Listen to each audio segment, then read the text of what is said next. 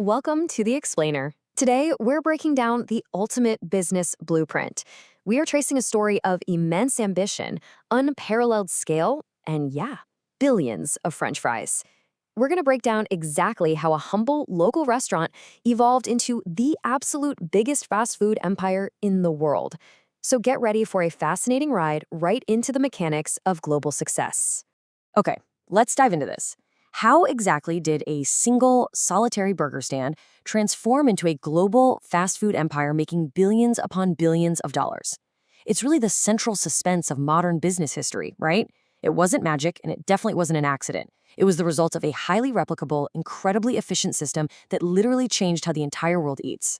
Throughout this explainer, we're tracing the complete story from the very first burger flipped, and we're mapping out the exact architecture of their global dominance. We'll be analyzing the core pillars of their massive success to see exactly how they built this sprawling international corporate giant step by step. Section 1. Origins and the Founders. How McDonald's started. To really understand the empire, we first have to look at how the business started and who those original founders were. It all began with two brothers, Dick and Mac McDonald, and they realized something pretty profound about their market. They desperately needed to optimize. So they fired their car hops, replaced all their glassware with paper, and created what they called the speedy service system. By focusing entirely on just a few core items, like burgers and fries, they essentially treated their commercial kitchen like a Ford assembly line. They turned food prep into a synchronized science and basically created the literal engine of the modern fast food industry. All right, moving to Section 2. Enter Ray Kroc, the catalyst. And this brilliantly illustrates the core dynamic of their growth. On one side, we have the founders' origins. Dick and Mac perfected that starting point, the operational mechanics, that flawless assembly line for food. But on the other side, we have Ray Kroc's role. While the founders perfected the localized assembly line, Ray Kroc was the visionary catalyst.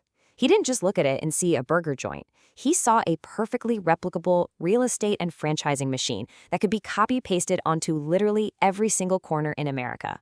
It's just a classic study in the difference between pure invention and explosive scaling. Which brings us to Section 3, Challenges and Global Expansion, Scaling the Empire. So we've covered the beginnings, but tackling the biggest challenges was really the make or break moment here. Jumping from a local operation to a global one? Yeah, it wasn't exactly seamless. They had to invent entirely new supply chains, totally from scratch. For example, they had to standardize a specific type of potato just so a French fry tasted the exact same in Tokyo as it did in Texas.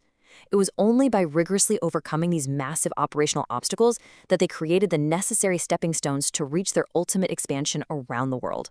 I really want you to visualize the sheer scale of this growth for a second. We're talking about expanding across cities all around the world, opening restaurants from bustling metropolis centers to quiet suburban streets. At this level of scale, they are feeding roughly 1% of the entire world's population every single day.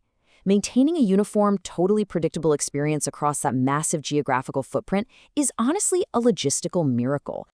Section 4. Strategy for making billions. The engine of the empire. Billions. Let that massive number just sink in for a moment. This company generates billions of dollars in revenue. Now, what's really interesting about this is that the true brilliance isn't just in selling millions of cheap burgers. It's actually in the corporate architecture hidden beneath the grill. That is exactly how they arrive at that staggering number. This immense wealth is fueled by a really precise three-part interconnected ecosystem, and it's actually a near-even split.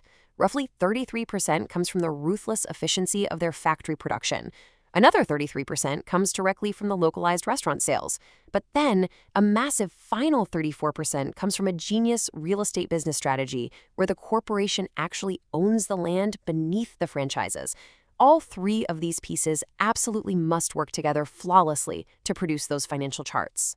Finally, Section 5, Facts and Entrepreneurial Lessons, the Master Class. This right here is the real payoff. Beneath those famous golden arches are hidden gems of operational knowledge. We're pulling out the exact puzzle pieces of their success, the interesting facts most people don't know, and more importantly, the lessons everyday entrepreneurs can actually learn from it. We're talking about incredibly practical lessons on consistency, hyperscalable models, and global adaptation that you can literally put to use today. So, the crucial point is how entrepreneurs can learn from this massive success. We don't just study these explainers to memorize corporate history, right? We analyze this stuff to empower your own entrepreneurial mindset. Whether you're building a tech startup, maybe a local service agency, or a retail store, the principles of systemization and aggressive scaling we've talked about are universally applicable to your own goals. Which brings us to our final provocative thought. What blueprint will you use to build your own empire? The models of massive success are out there, perfectly documented, just waiting to be studied and adapted by you. If this deep dive sparked some ideas for your own journey, make sure to subscribe for more explainers, where we turn complex success stories into clear, actionable lessons. Keep building, keep learning, and I'll see you in the next explainer.